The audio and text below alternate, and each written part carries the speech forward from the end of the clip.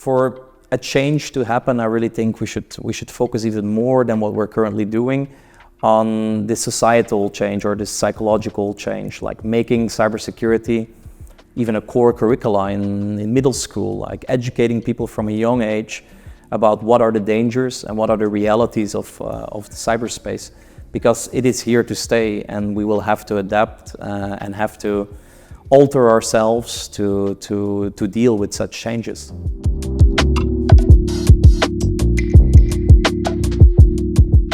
My name is Maarten Toelen, graduate of the 2020 class of the Brussels School of Government, the Euromaster program, a manager in PwC dealing with crisis management and cyber resilience.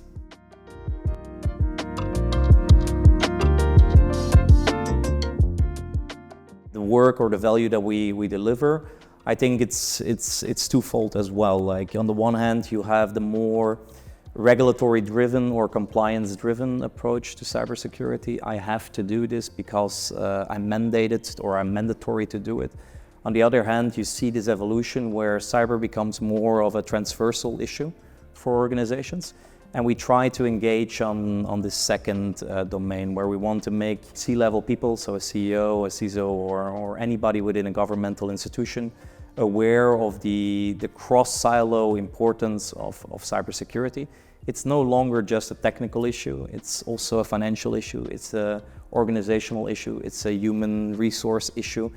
In my own team, I have mostly people with a legal or a sociological background, EU studies, international relations or whatnot, because we don't really operate within this technical domain of cybersecurity. We operate more within the resilience domain, in the governance domain. So my work mostly entails preparing clients for, helping them during, and helping them recover from crisis situations, predominantly within the field of cybersecurity. We work for public sector organizations, but also for private sector organizations like operators of essential services, financial institutions, etc. And what I generally do on a day-to-day basis, it can vary from maturity assessments, like how resilient is an organization, how effectively can they deal with the cybersecurity crisis.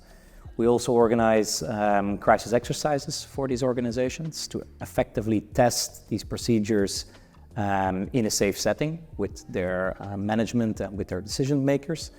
And another part of my job is also like with this influx of new regulation and legislation in the field of cybersecurity to basically assist my clients in their journey towards regulatory compliance and help them navigate this complex environment of cybersecurity legislation and rules. Where the most value lies, from my perspective, is in regularly exercising the worst case scenario. What if you get hit by a ransomware attack? What if your organization gets shut down out of their own systems?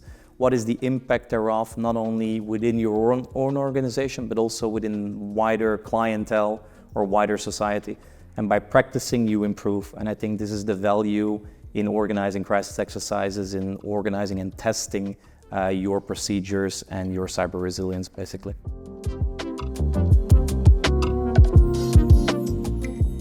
A lot of progress has been made into making cybersecurity or cyber command an operational reality.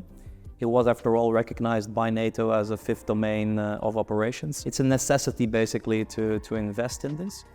And just looking at the motto of the Belgium Cyber Command, which is cyber force through partnerships, I think our armed forces really realized that strategic partnerships, not only between public sector organizations, but also with the private sector, with academia, with research and development, is very important to achieve like national resilience or to achieve a high level of preparedness in cybersecurity on a national level.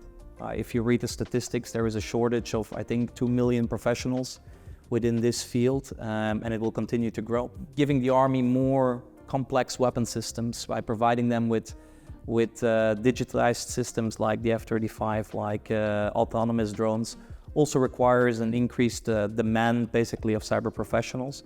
And we do have to provide also the resources, I think, for the military to operate in this field and to attract the necessary talent and retain it as well in order to ensure genuine cybersecurity for this country. What are the biggest threats at EU level? I would definitely say like supply chain attacks. We have seen them rise in the recent ENISA threat landscape. In 2021, like 17% of all cyber attacks originated from a third party in the supply chain, while it was only 1% in 2020. So it's a big increase, and you currently see a lot of evolutions trying to mitigate this gap, trying to mitigate this risk. The other one, more overarching, would be also the evolution or the proliferation of AI tools and the malicious ways in which some organizations use these, such as AI-enabled disinformation or deepfakes. And besides these evolutions, like there are the more traditional ones, such as cyber attacks at critical infrastructure, which especially for a hub like Belgium or the Port of Antwerp, where there is a lot of critical infrastructure, is quite of a challenge still.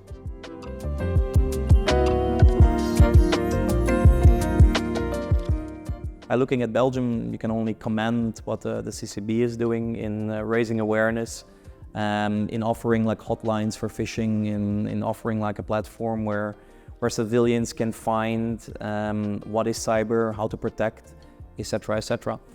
But despite all of these efforts, I still think that most people live with the idea it's far from my house. Like it cannot happen to me. Like it's something that I see in an episode of Black Mirror or in a science fiction show. But the world is evolving. Like it's becoming more digitized. It's becoming more interconnected, and people with this mindset will need to adapt to these new realities. And whether or not the government can do more than they're already doing now, that is a topic for discussion, I would say.